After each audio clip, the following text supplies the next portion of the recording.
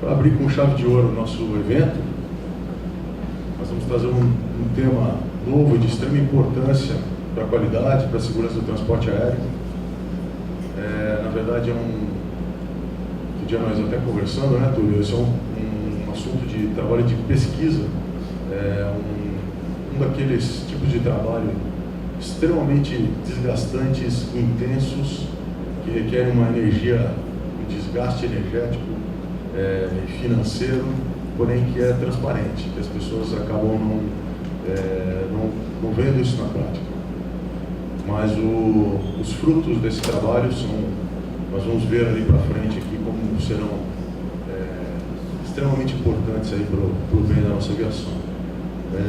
Muito bem, eu apresento-lhes o comandante Túlio Rodrigues, que é piloto de linha aérea, comandante de Boeing 737 na Gol Linhas Aéreas, graduou-se em Física pela Universidade de São Paulo, posteriormente alcançou os títulos acadêmicos de mestre e doutor em Física. Possui ainda 2 pós-doutorados na mesma área. Foi presidente da Zagol, Associação dos Aeronautas da Gol, e sempre atuou de forma intensa no estudo e na pesquisa científica de temas ligados à segurança operacional, sobretudo a questão da fadiga humana. Atualmente, exerce o cargo de diretor do Sindicato Nacional dos Aeronautas. Com vocês, o comandante Túlio Rodrigues.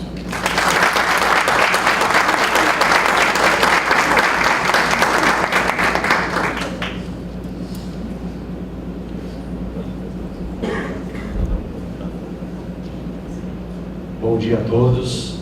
É sempre um enorme privilégio poder dividir com vocês um pouco desse trabalho que a gente vem efetuando. Também ver pessoas mais jovens também na audiência. Isso significa que a gente vai poder girar essa engrenagem.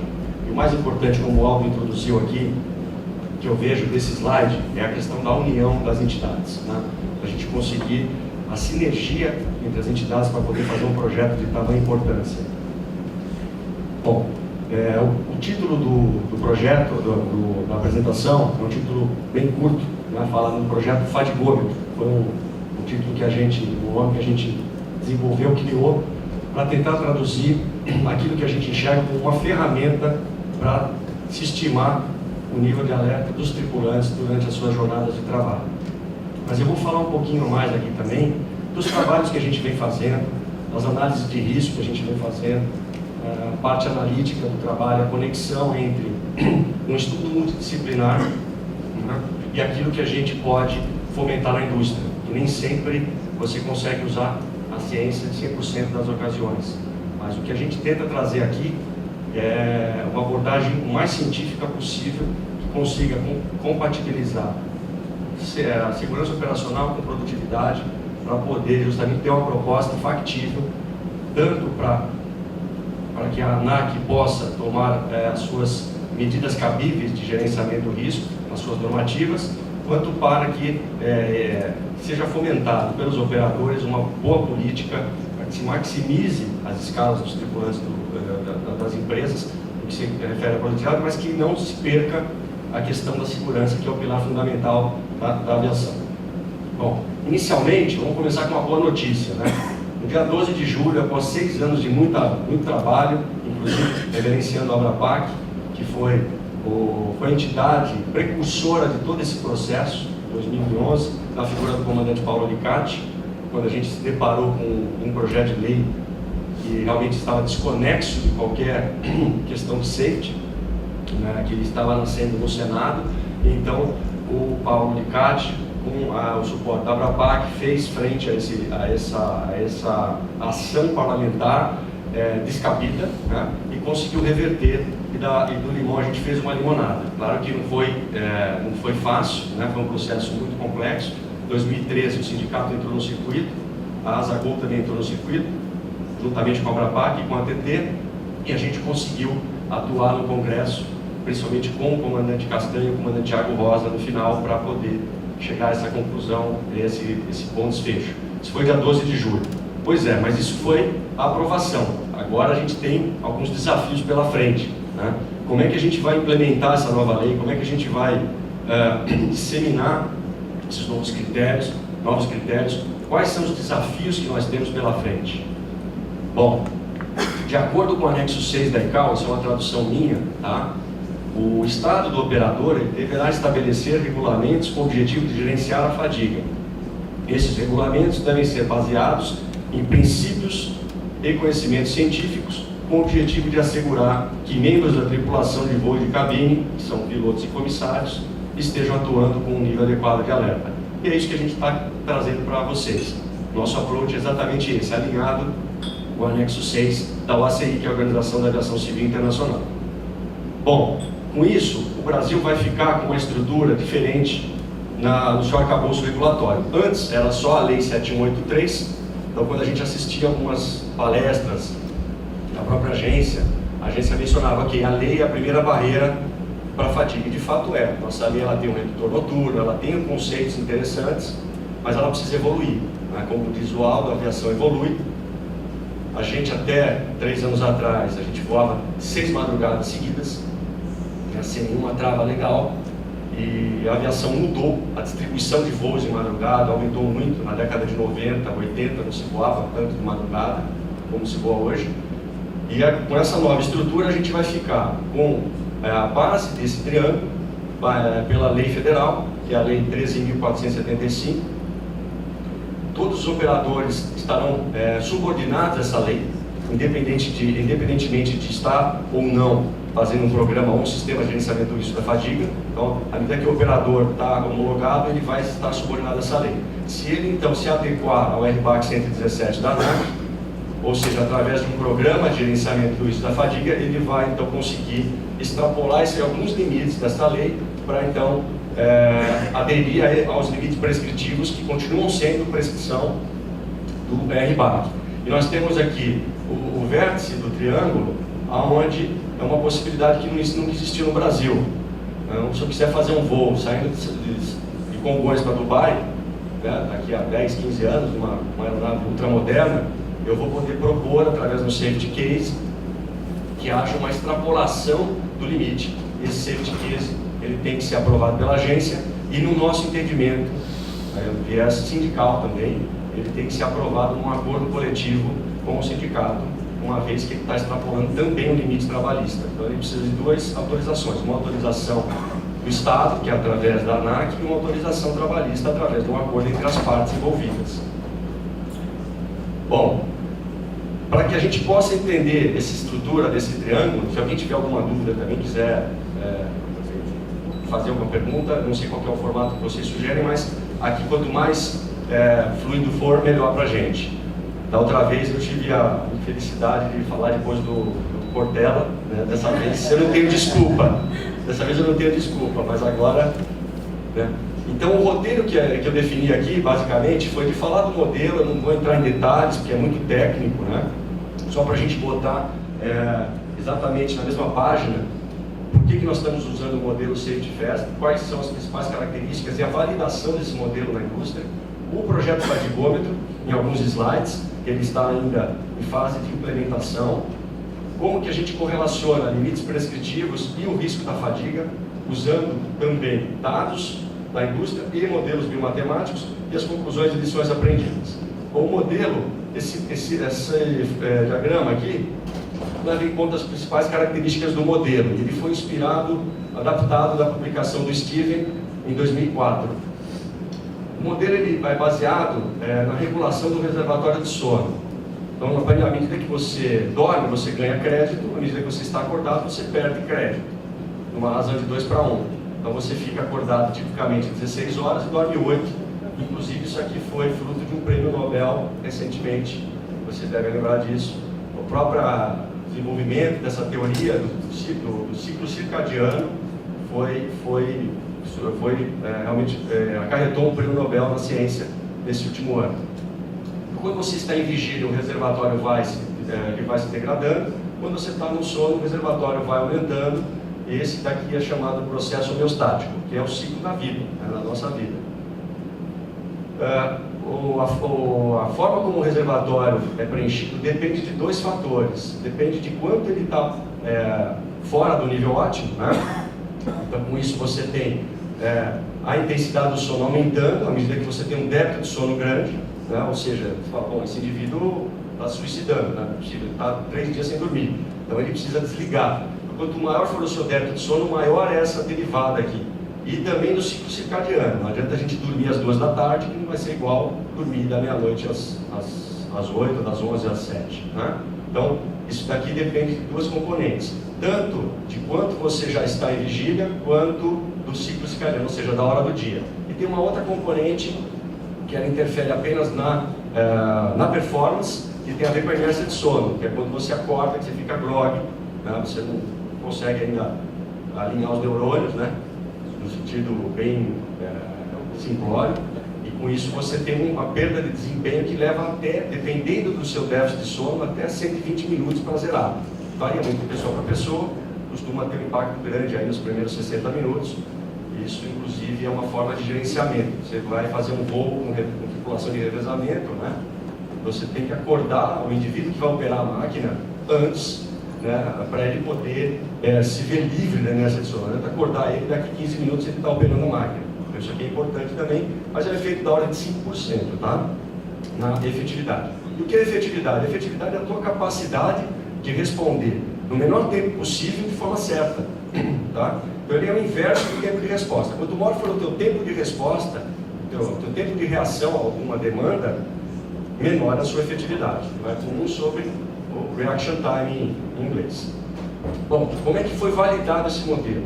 O que eu estou apresentando aqui são dados de laboratório. Então, não são dados da indústria aeronáutica, não são dados realísticos de operação de aeronave, mas são dados de indivíduos com privação parcial de sono. Então, aqui a gente vê, nesses quadradinhos verdes, um sono regular de 9 horas, ou seja, quem não teve privação de sono, um grupo controle que a gente chama na ciência.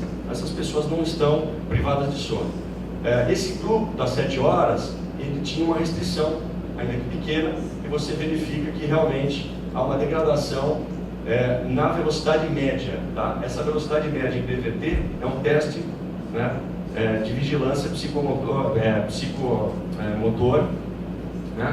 que vai corresponder à efetividade nessa parametrização do FAST. Ou seja, quanto melhor for a minha velocidade de reação, maior a minha efetividade numa relação linear nessa aproximação que o Steven faz no modelo dele. Tá? Então aqui é um grupo com 7 horas, um grupo com 5 e um grupo com 3 horas. Ou seja, esse grupo teve durante 7 dias seguidos só 3 horas de sono. Eles eram acordados todas sistematicamente às 7 horas da manhã, eles dormiam das 4 às 7 durante 7 dias seguidos. Então você tem a parte experimental de privação de sono e a recuperação, que é uma coisa importante também. Quando a gente fala, nós precisamos de 2 noites locais. O que são as noites locais? São noites onde você não é acordado pelo despertador. É isso. Você precisou ser acordado pelo despertador, não é uma noite local. Né? Então você não teve um seu sono restrito, ele não foi cortado por nenhum problema, nenhum evento. Então aqui você vê que o modelo ele descreve também a recuperação. Tem algumas flutuações aqui, o modelo não é perfeito como nenhum modelo, mas é a forma de você descrever um fenômeno complexo que, no caso, essa questão da fadiga do ser humano. E aqui a gente verifica os resultados obtidos da efetividade com privação total de sono até 54 horas sem dormir. Então esse grupo ficou 54 horas com 0 sono. Verifica-se também que o modelo reproduz com bastante acurácia os resultados. E aqui eu mostro um resultado de 2012 feito com comissários de bordo de uma empresa americana. Aqui, para vocês terem uma ideia, são 10.700 sessões de PVT. São sessões de 5 ou 10 minutos, não me lembro agora, onde o tripulante vai fazendo esse teste e ele vai coletando. No painel de cima é o que está previsto no modelo. E no painel de baixo é o que foi medido no instrumento. Então a gente verifica que o modelo ele reproduz os dados. Ou seja, ele está condizente com aquilo que se espera. E aqui são os valores acumulados. Tá? Quando você vai calculando esse histograma, você vai vendo qual é o acúmulo de resultados que você tem em cada intervalo de efetividade. Então, com isso, a gente tem tranquilidade para apoiar o uso dessa ferramenta. É uma ferramenta usada por diversas companhias aéreas, porque é uma das poucas ferramentas que ela foi validada em PVT. Isso é muito importante. Ele tem algumas limitações, porque, por exemplo, ele não roda junto com o otimizador de escala. Então, ele tem é um caráter um pouco reativo, no seguinte sentido: você vai ter os seus pairings, você vai fazer uma fotografia deles usando essa ferramenta, e no mês seguinte você vai tentar não fazer a mesma coisa que deu errado no mês anterior. Basicamente é essa abordagem que eles usam para fazer essa gestão. Bom, vamos falar um pouquinho do projeto Fadigômetro.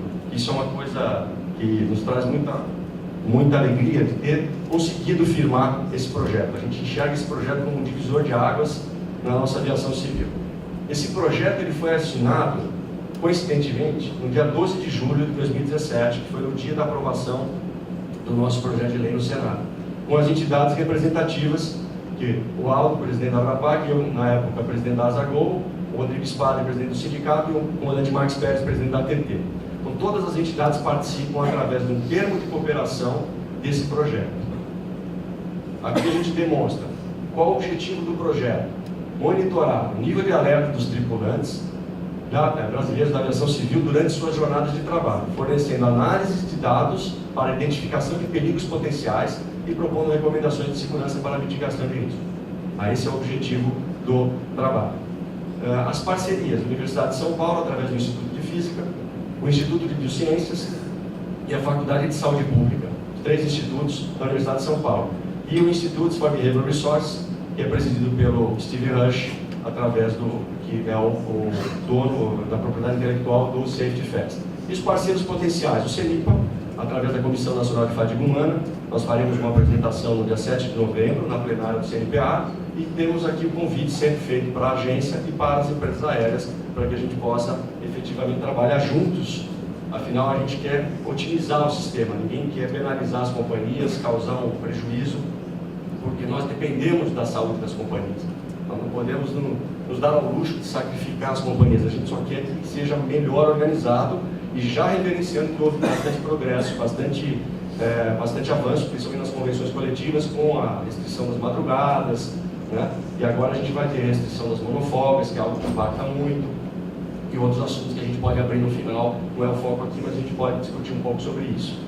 Bom, quais são as vantagens da ferramenta? A primeira vantagem: quem está assinando a ferramenta, os projetos, são pessoas da área da ciência. Então, aquilo que seja produzido através do Fadigômetro não vai ser de forma alguma influenciado pela política. O que a política vai fazer com o resultado é outra história. O resultado ele não pode sofrer influência da política. São coisas bem diferentes. A política deve sim usar o resultado de uma forma mais adequada, que for conveniente para ambas as partes. As análises elas serão aleatórias. O experimento que foi organizado pelo UNICAT em 2012, através da ABRAPAC, ele foi um experimento que te perguntou: desculpa, você quer enviar a sua escala para mim? Você está com fadiga? Quer dizer, você acaba fechando o teu espaço amostral com canalizando esse teu espaço amostral de maneira a coletar escalas com uma tendência a ter uma fadiga maior do que você pegando aleatoriamente, de forma randômica. Vou escolher a escala randômica e vou sortear de 1 a N, tem 50 aeronautas aqui, eu vou pegar de 1 a N, né, e vou escolher e vou analisar. Se a gente fizer isso 1 milhão de vezes, nós vamos ter uma abordagem aleatória realmente das escalas. Né? Claro que a gente não pode fazer isso, porque não somos nós que vamos escolher as escalas. Os aeronautas vão enviar, só que da forma como nós estamos fazendo, os aeronautas vão enviar sistematicamente as escalas, independentemente de ter fadiga ou não ter. Então isso muda completamente a escolha dos dados. Tá? Aqui a gente vai ter os riscos, eles vão ser ponderados pela exposição. É uma forma de a gente ter, indiretamente, no trabalho de 2003 do Good, que é o trabalho que balizou o FAR 117, ele conseguiu estimar qual era a malha aérea americana para poder saber qual era a proporção de acidentes causados por falha humana. Eu vou mostrar esse dado aqui. Em função do número de voos, porque se a gente for falar qual é o risco maior de ter um acidente, às 10 da manhã, é onde tem mais avião voando, né? Então, assim, é natural isso. Então, se você for pegar a indústria americana, ela é 10 vezes maior que a indústria brasileira, que é mais ou menos a proporção do PIB entre os países. Então, o risco lá, a primeira aproximação é 10 vezes maior. A gente sabe que não é. Então, não é uma relação unicamente exclusiva com a malha aérea, porque as proteções são diferentes. A qualidade das pistas, as aproximações por instrumento, a infraestrutura, né? Não só a questão da fadiga mesmo, porque a regulação deles é bem bem liberal a ponto de colocar bastante coisa em risco. A gente já falou isso diretamente nos fóruns internacionais também. Então a gente consegue ponderar pela hora do dia, a gente pode mapear, ok, em função da hora do dia, como é que anda a fadiga? Anda desse jeito. Localidade, alguma localidade mais crítica, eu quero ver como é que é o aeroporto de Navegantes. Estou dando um exemplo, eu quero ver como é que é o aeroporto Santos Dumont. Né? Então são alguns hotspots que a gente pode medir. Tipo de frota, tipo de operação, sem envolver nome de companhia aérea, tampouco o nome das pessoas que vão enviar as escalas. Tá? Isso tem que ficar muito claro, tudo à noite. Bom, quais outras vantagens? Identificação de perigos potenciais em chave de voos mais fatigantes. A gente pode ver alguns hotspots. Nós já identificamos problemas nas segundas madrugadas. Eu vou mostrar aqui para vocês como é que fica a situação na segunda madrugada. Análises relativas de risco durante mudanças regulatórias, ou seja, nós estamos prestes a vivenciar isso. Nós vamos ter daqui 30 meses um RBAC da agência, onde a gente vai ter uma mudança no arcabouço regulatório. Num modal que tem cerca de 2.500 a 3.000 chaves de voo por dia. Qualquer coisa que você sintonize errado, né, pode ser muito ruim. Por isso que é importante a gente ter noção dos passos que vão ser dados daqui para frente. E recalibrar modelos biomatemáticos, levando-se em conta circunstâncias operacionais realísticas. Essa é uma vantagem, mas é algo mais a médio prazo e vai depender também de interesses mútuos dos próprios autores dos modelos para a gente poder fechar um pouco esse circuito.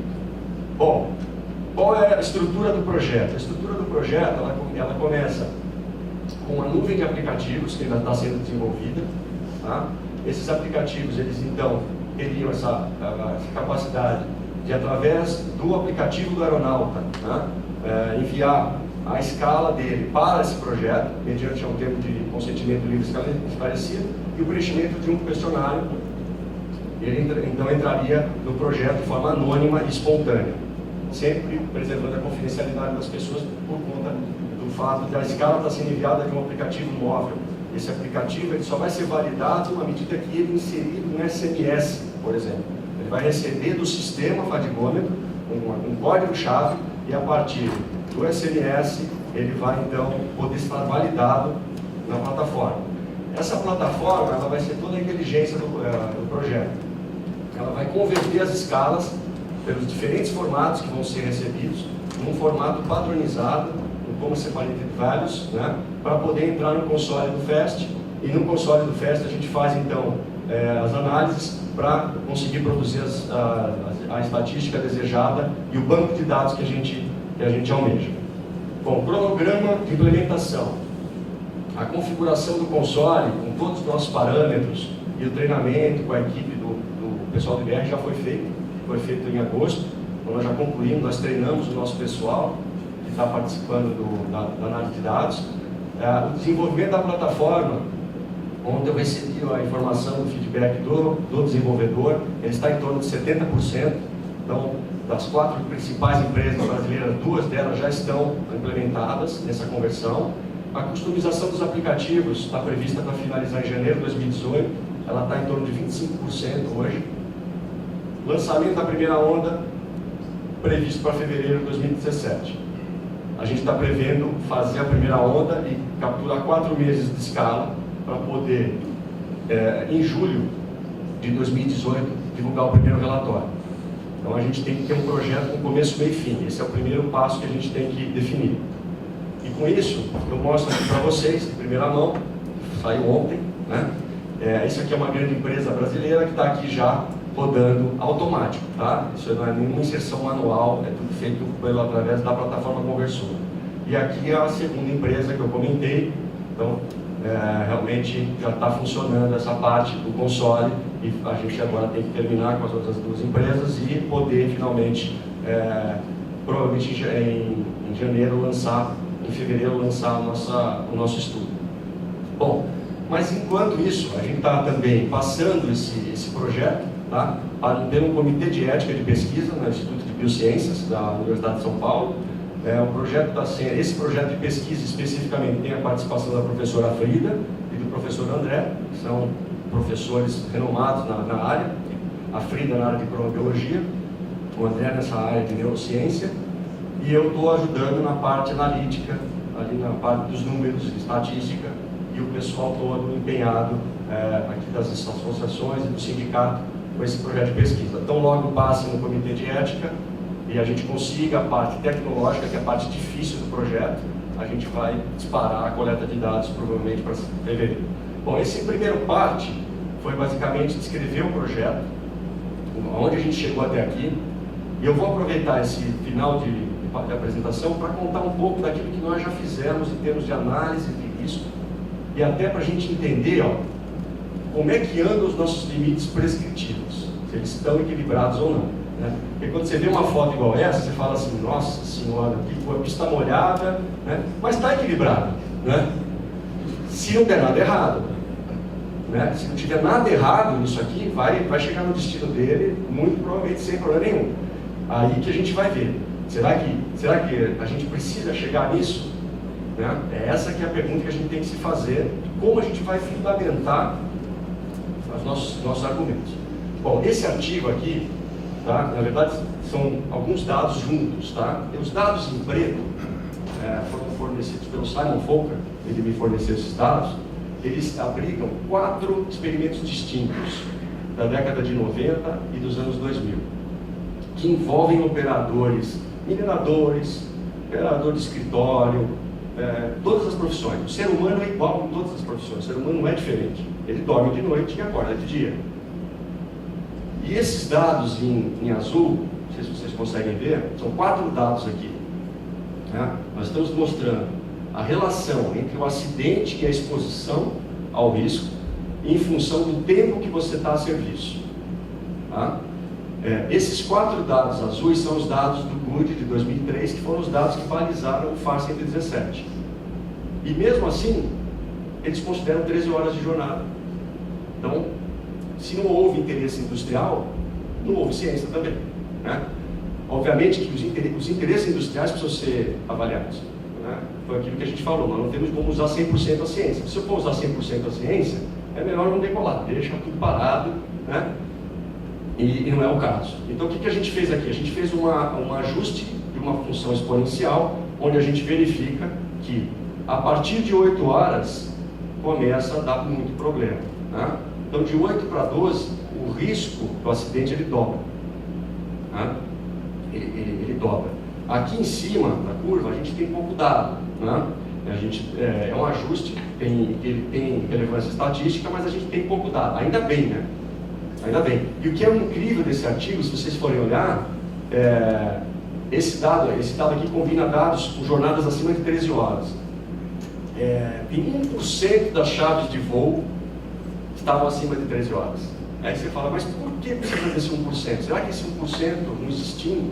E esse não existindo não quer dizer que o voo vai ser cancelado, tá? Quer dizer que você vai precisar ter uma nova estratégia para mudar um pouquinho. Vai ter impacto? Vai. Mas será que precisa chegar em 13? Essa é a nossa pergunta.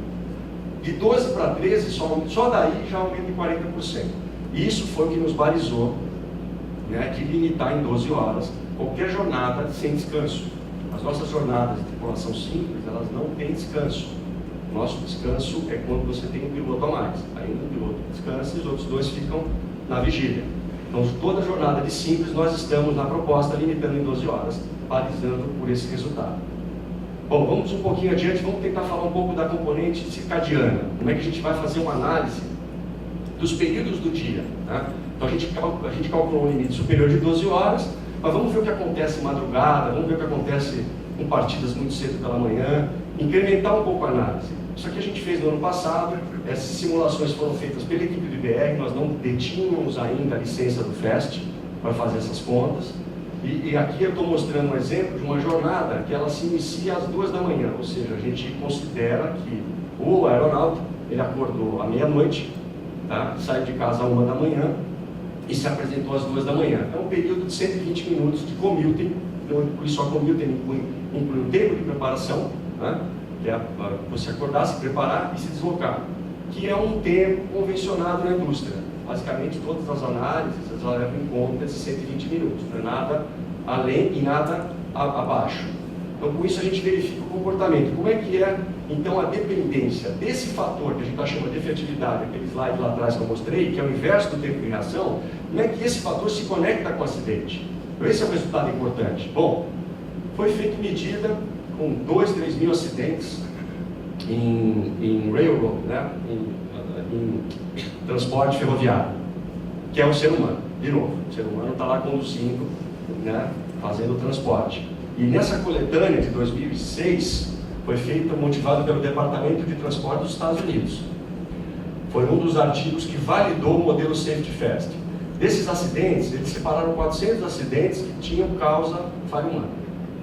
Né? E eles pegaram todo o histórico do ciclo de vigília-sono dos operadores nos últimos 30 dias. Todo o histórico. E aí eles abasteceram o modelo com histórico e plotaram qual era a incidência relativa de acidente em função da efetividade. E eles fizeram um ajuste linear aqui. E a gente está propondo um ajuste de 1 sobre E, porque é mais correto 1 sobre E do que um ajuste linear. Por quê? Porque a efetividade é proporcional ao inverso do tempo de reação. E a probabilidade de acidente é proporcional ao lapso. E o lapso é proporcional ao inverso da efetividade. Então a chance de um acidente tem que ser proporcional nessa aproximação ao inverso da efetividade, que é o que está escrito aqui. Eles até gostaram, né, do ajuste, porque ficou melhor que o ajuste que tinha sido feito antes, porque, né, embora a barra de erro aqui seja grande, por que a barra de erro aqui é grande? Porque tem poucos acidentes. Né?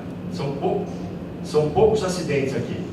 Proporcionalmente eles são muito mais relevantes, mas eles são poucos. Aí está bem, né? Porque a pessoa operando um trem com 45% de efetividade, não está vivo, né? É um zumbi, né?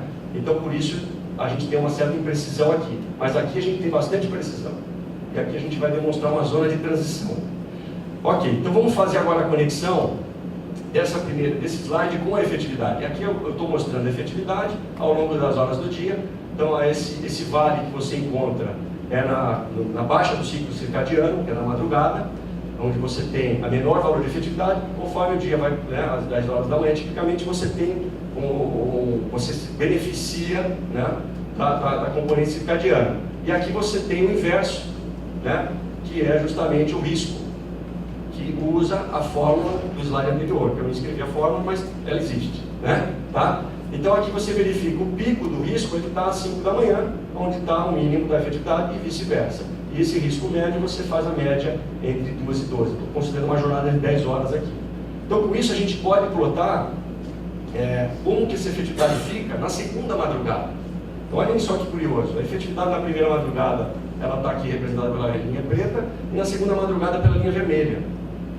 E se a gente calcular a área de perigo, ou seja, qual é a área da curva que está abaixo de 80% entre o check-in e o check-out, nós verificamos tipicamente um fator 10, ou seja, a área de perigo da segunda madrugada é 10 vezes maior do que a área de perigo da primeira madrugada. Por isso a nossa crítica para que seja evitado a operação de pouso e decolagem na segunda madrugada. Não adianta a gente querer restringir a segunda madrugada, ficar muito restrito, mas que seja evitado.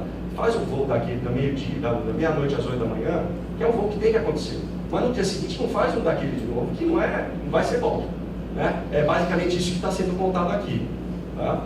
Como vamos correlacionar isso com acidentes reais, com aquilo que a gente pode tentar quantificar? Muito bem, aqui a gente está colocando a área de perigo, tá? Em unidades de área, de horas, e aqui a gente está colocando o risco médio, que é um número relativo. Tá? E a gente colocou 3 ranges. Quais são os ranges? Considerados pelo próprio autor do modelo. Qualquer coisa acima de 90%, você vai ser até difícil você perceber alguma variação de performance. Está todo mundo bem, né? Hoje todo mundo descansou, todo mundo acordou bem, né? Se a gente for fazer um teste aqui, vai dar tudo bem. Vamos fazer às 4 da manhã? Não vai dar tudo bem, né? Vamos fazer às 5 da manhã, só que vamos fazer depois do 6º dia que você acordou às 4 da manhã. Também não vai dar tudo bem, né? E aqui uma zona de transição, que é onde a gente tem que botar a lupa, tá? Que é entre 90% e 77% de efetividade. E abaixo de 77%, a gente caracteriza como uma zona de perigo, onde o risco está muito alto. Esse quadradinho magenta, não sei se vocês conseguem ver, foi um acidente real ocorrido no Comer 591. Nós pedimos esses dados, o professor Belém que me passou, e a gente calculou com a curva de efetividade, a gente calculou a área de perigo que eles obtiveram usando o mesmo software. Tá? Essas análises foram todas baseadas no Safety First. E aqui é um acidente dos mais famosos da fadiga, que é o Guantanamo Bay. A gente verifica no losango o engenheiro de voo e os pilotos estão com essa área de perigo de 1,5. As segundas madrugadas estão aqui, ó. Então nós estamos repetindo o Guantanamo Bay dia após dia. Ainda bem que o risco absoluto é baixo. E o risco é baixo, todo mundo sabe disso, senão a gente nem estaria aqui, né? Não existiria aviação. Caísse um avião por semana, não teria aviação. Ainda bem que o risco é baixo. E a gente já mitigou muito dos riscos. Né? O risco do Cefit, por exemplo, ele cai quase a zero. Mas você tem hoje um IGPWS que te avisa que você está entrando no morro. Só que isso aqui a gente não está gerenciando. Desculpa. Isso aqui a gente não está gerenciando como deveria. A gente tem um risco grande de fator humano ainda latente nas nossas operações. Bom, com isso, pessoal, como é que foi o nosso approach para que vocês entendam por que a gente propôs os limites que a gente propôs? 12 horas, onde deu verde no FAST, ou seja, significa que a efetividade ficou acima de 90%, nós utilizamos o limite superior de 12 horas, pelos dados do BUD de 2003, é o que eu falei. Aonde ficou âmbar, a gente está usando o seguinte critério. A gente vai manter o menor valor entre o valor que você tem, os limites atuais e os limites futuros. Então, se você está colocando esse limite de 11 horas, entre 6 e 7 da manhã, desculpa, entre 5 e 7 da manhã, mantenha-se os 11 horas, não vai para 12. Não vamos aumentar aquilo que já está em amarelo, essa que é a questão. Já está na zona de caution. Não vamos incrementar o que nós temos desde 84 estabelecidos no Brasil. E onde deu vermelho, a gente manteve o limite inferior, isso é de 9 horas, porque não tem como ser menos de 9 horas. Simples assim, está no projeto de lei.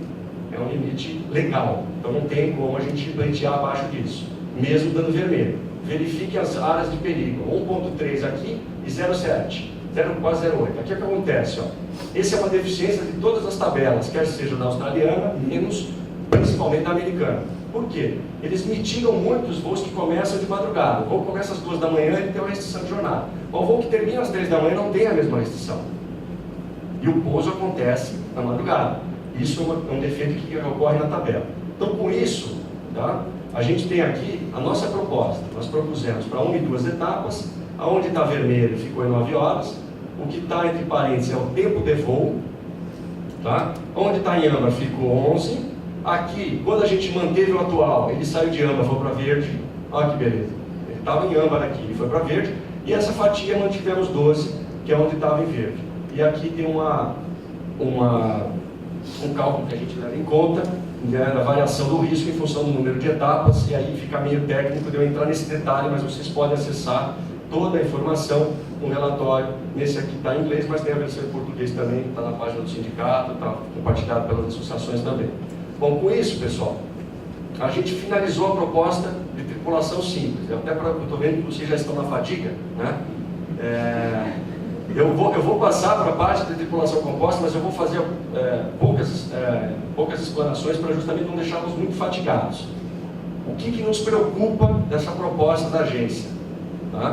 Essa proposta da agência ela está em consulta pública, que vai se encerrar no dia 20 de novembro. Muito importante, todo mundo que tiver aquilo que contribuir, que o faça. A agência ela tem que fazer a normativa da melhor maneira possível. A agência está preconizando 14 horas de jornada de classe 1 para composta, no início da madrugada e no final, no começo da noite. No voo noturno, desculpa, das 0 às 6 e das 18 à meia-noite. E está preconizando para a classe 2, 13 horas também. E o limite, entre parênteses, é o limite de flight time. Nós vamos tentar entender se esses limites no voo noturno, se eles são aceitáveis ou não. E nós vamos demonstrar que, no nosso entendimento, não são aceitáveis. Bom, o que a gente mostra aqui? Aqui a gente tem um cálculo feito pelo Safety Fast, que nós mesmos fizemos, de uma simulação para um descanso categoria 1, um descanso no sarcófago, que a gente chama, o bunker. Ou seja, os pilotos vão dormir na horizontal, fechadinho, bonitinho, não é igual à sua casa, mas é o melhor que você pode fazer dentro de uma aeronave. Você tem aqui um autoneb, que é um termo que a gente usa no FAST, que considera que o piloto vai fazer o melhor gerenciamento possível das suas oportunidades de sono. Então ele vai voar de madrugada, ele vai dormir 2 horas durante a tarde, mesmo que ele não tenha débito de sono. E é uma coisa difícil, porque nós não temos o switch on-off. Fala, bom, agora eu preciso dormir, eu vou botar para off. Agora eu preciso acordar, vou botar para 1. Mas para evitar contestações, nós deixamos isso aqui tudo sintonizado. Condição menos conservadora, a condição mais literal possível é o que está aí. Essa etapa para Londres, aqui você tem a média de efetividade da ida e da volta em revezamento e de volta composta, certo? Efetividade mínima na jornada, que é o ponto de mínimo da jornada, e efetividade mínima na fase crítica. O que é a fase crítica? São os 30 minutos da decolagem e os 30 minutos antes do pouso, que é a hora que você precisa estar melhor, né? Porque durante a madrugada vai abaixar, não tem jeito. Aí você vai chegar à conclusão que todo voo vai ter fadiga. E não é assim que você vai abordar o problema. Você precisa tentar mitigar o risco nas operações de pouso e decolagem. Claro que uma exposição muito longa, ela é uma exposição que leva a mais riscos. Se você está 5 horas com um parâmetro de efetividade abaixo, você pode esquecer de falar no rádio, você pode esquecer de olhar o radar, saber que você está entrando dentro de um CB, né? Então coisas importantes podem acontecer aqui. E aqui tem o reservatório e o tempo de voo que você fica abaixo de 87%. Olha a diferença entre a tripulação de revezamento e a tripulação composta, tá?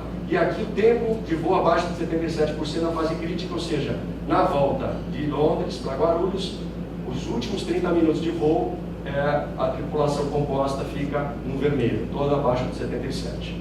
Bom, vamos então tentar resumir esses resultados. Esse aqui é a tripulação de revezamento, essa é a tripulação composta. Esse é o voo da ida e esse aqui é o voo da volta.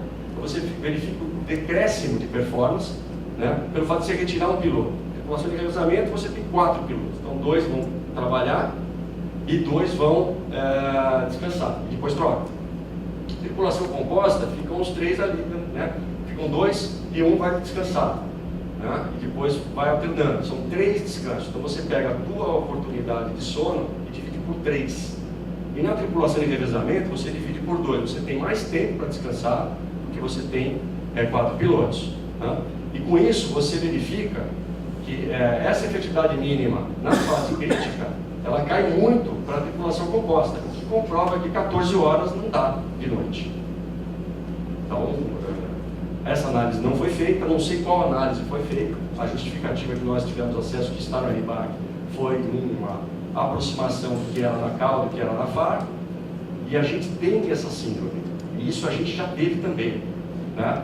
Que a gente acha que o estrangeiro é ser melhor que a gente. É mais fácil eu citar um artigo do MIT e falar, não, esse artigo está balizado, foi o cara do MIT que fez, do que eu tentar fazer o meu próprio artigo. Isso a gente tem que tentar mudar no brasileiro, né? Nós precisamos conquistar nossos espaços, como eles conquistaram o deles, né? E com isso eu acho que a gente mostra que o copy-paste não funciona. Embora nós tenhamos errado nisso, e reconhecemos esse erro. E errar faz parte da evolução.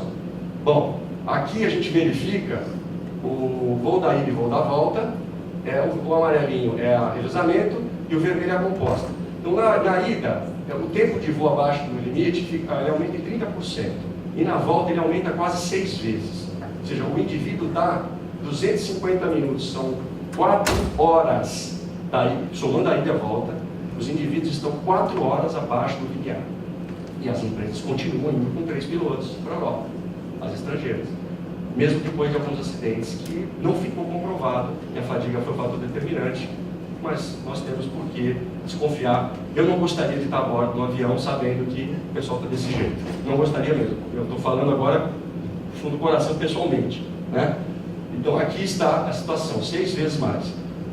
O outro dado que a gente analisou, agora só rapidamente, foi uma categoria 2, ou seja, aquele descanso na classe executiva, onde o assento reclina, não fica na horizontal, mas ele fica melhor do que na econômica. Econômica, todo mundo que voa sabe que ninguém descansa na econômica, né? Então a gente não precisa nem fazer análise para a categoria 3, porque é inconcebível assumir que há alguma recuperação em categoria 3.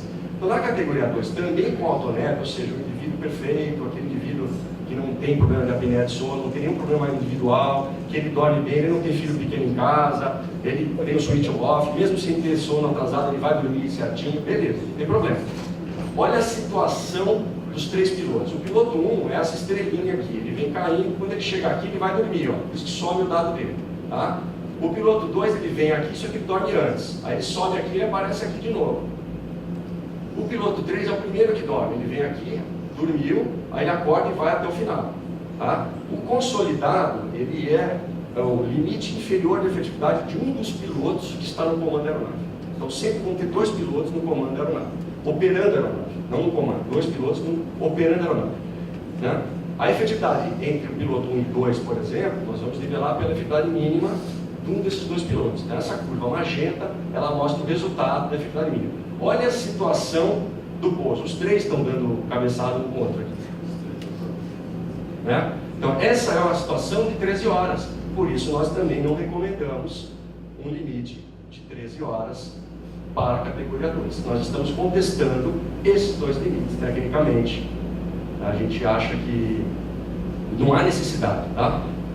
Outra questão, né? Além de você estar embasando através de software, isso é uma abordagem importante, e eu não vi ainda uma abordagem igual essa nessa questão dessas análises de tripulação composta e revezamento. Né? Nós temos uma outra questão que é muito importante, é o que nós temos hoje e para onde nós queremos ir. Né? Então, vendo esse gráfico, a gente fala, bom, nós vamos fazer um RBAC para gerenciar a fadiga, nós vamos pegar a jornada que está aqui no vermelhinho e jogar para o preto. Essa é a proposta. Né? Então, nós estamos aqui. Né? Nós estamos aqui com 14 horas, só que com o redutor de altura ela fica desse jeito. Aqui, tipicamente, fica 12 horas e 20 minutos, é o ponto de mínimo aqui. Ela chega a 13 horas e 45 aqui em cima, porque mesmo aqui das 6 às 7 da manhã, ele tem uma parte noturna, porque são 14 horas de jornada. Tá? E olha a proposta da agência. Então, o miolo aqui a gente não vai contestar, tá? Porque a gente não fez análise. Mas a parte noturna, nós fizemos análise. Então, a gente está saindo de um limite de 13 aqui para 14. Aqui nós estamos aumentando quase 2 horas. E aqui eu mostro o incremento da jornada. Então, aqui você tem qual é a variação entre o que a ANAC propõe e o que nós temos hoje, que é esse histograma, e a média de quase 2 horas de majoração de jornada. Então, na média, a ANAC está propondo quase 2 horas a mais. E o ponto de máximo aumenta em 3 horas e 34. Então, essa é uma grande crítica que a gente está fazendo no documento da agência. Bom, meu tempo está se esgotando, vou entrar pelas conclusões. Nós percebemos que as áreas de perigo nas segundas madrugadas, elas são 10 vezes maiores que na primeira. Com certeza o fadigômetro ele pode auxiliar na análise dessa questão. O risco relativo de acidentes, quando a gente compara várias ocupações, trabalhadores de escritório, aviação, mineração, ela dobra quando vai de 8 para 12 horas em serviço. E quando você passa de 12 para 13, há um aumento de 40%. Um estudo no qual eu sou coautor do LICAT, ele demonstrou fortes evidências de fadiga crônica no Brasil. A gente obteve uma média de efetividade de 73,8%, enquanto aquele estudo que eu mostrei antes dos comissários, para vocês, né, obteve 88%. Com a relação de risco com a efetividade, a gente pode estimar um risco maior de 14% aqui no Brasil. Esse estudo foi precursor, porque é um estudo operacional que mediu realmente a fadiga, porém ele tem algumas limitações, como todos os estudos têm, pelo fato de que ele foi um estudo, só recebeu as escalas motivadas. A pessoa se motivou a enviar uma escala que ela viu algum problema naquela escala abreviada. Né? Então agora o fadigômetro resolve essa questão, à medida que ele vai pegar dados randômicos, aleatórios. Né? Bom, o modelo Safety Fast ele demonstrou que 14 horas da noite para descanso de classe 1, 2 dos 3 pilotos ficam abaixo de 77% nos últimos 30 minutos de voo. Tá? E no caso da jornada de 13 horas, porém com classe 2, os 3 pilotos ficam abaixo de 77%. É inconcebível isso no nosso entendimento. Então, tantos limites para a classe 1 e 2 na noite, nós estamos contestando, uma vez que não houve um estudo de risco proposto pela agência. Lições que foram aprendidas, né, que eu acho que é o resumo dessa questão. Isso foi levado a Montreal também, em abril de 2016, foi levado para a IFALPA, através do Comitê Hooper, foi levado para Atlanta, no encontro dos usuários do Safety Fast, onde nós estamos propondo um passo atrás para a indústria. Porque os limites prescritivos, eles viraram, ok, está escrito ali na pedra, aquilo ali é seguro. Não é bem assim. Nós precisamos revisitar esses limites e entender qual a influência desses limites no gerenciamento da fadiga. Por quê? Porque eles são a primeira barreira efetiva. Então a gente pode ter que dar um passo atrás nisso. A Austrália está revisitando a sua normativa. Houve muita crítica dos pilotos australianos, eles estão revendo. A regulação da FRMS não pode ser na base do copy and paste. Foi um erro que nós tivemos, né? E nós temos que propor que cada estado desenvolva a sua própria regulação. Isso não vai nascer da noite para o dia. Isso é um trabalho de maturação. Tá? Porque nós temos peculiaridades, nós temos só 18% dos aeroportos com aproximação por precisão, e nos Estados Unidos é 100%. Não tem como comparar a rotina, né, a infraestrutura americana e australiana com o brasileiro. O que se compara com a Austrália é a latitude, né? A latitude nós podemos comparar, que tem a ver com a incidência do Sol, né? Bom, o sistema também, o programa, ele precisa contar com ao menos um representante legal dos tripulantes no grupo de trabalho. Esse é o grande ponto que está sendo contemplado no RBAC da ANAC e que a gente parabeniza a agência por isso. Porque essa gestão é feita por um triângulo, ela não pode ser unilateral. Ela precisa do regulador fazendo a normativa, ela precisa do operador fazendo a sua gestão de risco, e ela precisa da participação dos aeronautas também, né? Como diria o ex-presidente da IFALPA, nós somos os dados, né? De data point, ele fala, né? Porque nós produzimos os dados e nós precisamos ser ouvidos. E fora de sermos os dados, a gente também sabe analisar os dados, né? E a gente tem que ser ouvido. Muito bem, então com isso, eu encerro aqui. Foi no dia 12 de julho a presença aqui do senador Paim, que foi um grande pai para nós. O comandante Castanho está ali também, que foi um dos grandes idealizadores de tudo isso, junto com o Thiago Rosa. Nós temos aqui o Mário Amato, eu, o Spader, o Cafuri, o Licati, que foi o precursor desde 2011 que ele está batendo. Ele está estudando fadiga desde 2003 ou 2004, tá? E a gente deve muito a ele, comandante Fresário, comandante Raul Bosses, comandante Cuiz, comandante Thiago Rosa. Aqui tem uma pessoa que gosta dele, está na pauta aqui. E aqui tem o senador Paulo Paim.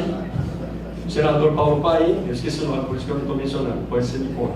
Que foi na aprovação da nova lei do aeronauta no dia 12 de julho. Aqui a gente coloca sucintamente as nossas contribuições. Não sei como é que vai ser a metodologia, mas quem quiser eu mando uma cópia da apresentação. Se for ficar no site, melhor, fica a critério dos organizadores. Nosso posicionamento frente à ANAC, foi submetido já para a agência todas as propostas das entidades. O relatório do FRMS, a parte 1 e 2, todo esse embasamento que a gente falou aqui, a versão em português, tá? Está na página do sindicato. Temos aqui uma proposta de pesquisa que infelizmente não caminhou. A gente está insistindo nisso com a agência. Vamos fazer uma pesquisa, vamos jogar a luz nisso, tá? A gente tem uma apresentação minha do Raul no Congresso do Sindicato do ano passado. Aqui a pesquisa que o Licati organizou, que demonstrou o cenário de fadiga crônica, e esse último estudo que eu mostrei para vocês sobre tripulação composta de revezamento também foi enviado para a ANAC. E se vocês tiverem tempo, puderem ajudar, 20 de novembro, encerra-se o prazo, e aqui está o passo a passo, contribuam a hora e agora. Essa é a oportunidade que a sociedade tem de contar para a agência quais são os seus comentários, as suas críticas, os seus agradecimentos em relação à normativa que está sendo proposta. Obrigado.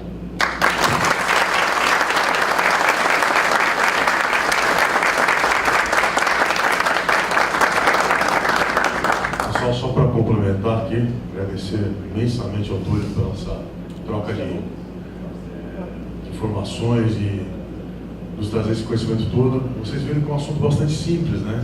É necessário uma pessoa com 2 pós-doutorados em física para ser o gestor dessa questão. Eu só queria voltar na apresentação do que eu falei sobre esse assunto, quando eu disse que é um assunto transparente, porque às vezes o pessoal nos encontra pela rota, pelos aeroportos e nos pergunta o que está acontecendo, o que está se fazendo, porque nós normalmente somos muito visuais, a gente gosta de resultados palpáveis. Isso aqui não é um resultado palpável, isso aqui ele vai gerar resultados muito palpáveis e importantes, porém é um projeto transparente que realmente, como eu já disse, demanda muita energia braçal, financeira, enfim, complexo. Então eu convido a todos a participar, a se envolver no projeto através de uma das entidades, associações, ou procurando diretamente o Túlio. A gente vai colocar esse material todo no site da Abrapac aí para que vocês tenham acesso. Mas enfim, é necessária a participação de todos, desde do Data Point, como o Túlio acabou de colocar, que nós vamos precisar que as pessoas participem, né? Não vai se não tiver os dados. Então, na hora certa, participem realmente dos dados, façam parte desse projeto e saibam que muita coisa está sendo feita. A gente precisa da força associativa, da união de todos os setores como a gente já disse, isso aqui é para o bem das empresas, para o bem dos aviadores, para o bem dos usuários do sistema e, por fim, para o bem do país como um todo. Então, eu convido a todos a realmente participar e entender que esse tipo de trabalho de back-office acontece e é muito intenso. Túlio, muito obrigado novamente.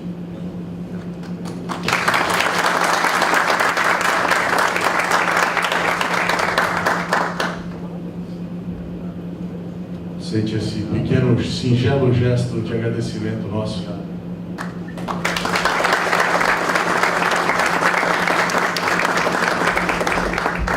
Senhores, comandante Túlio Rodrigues.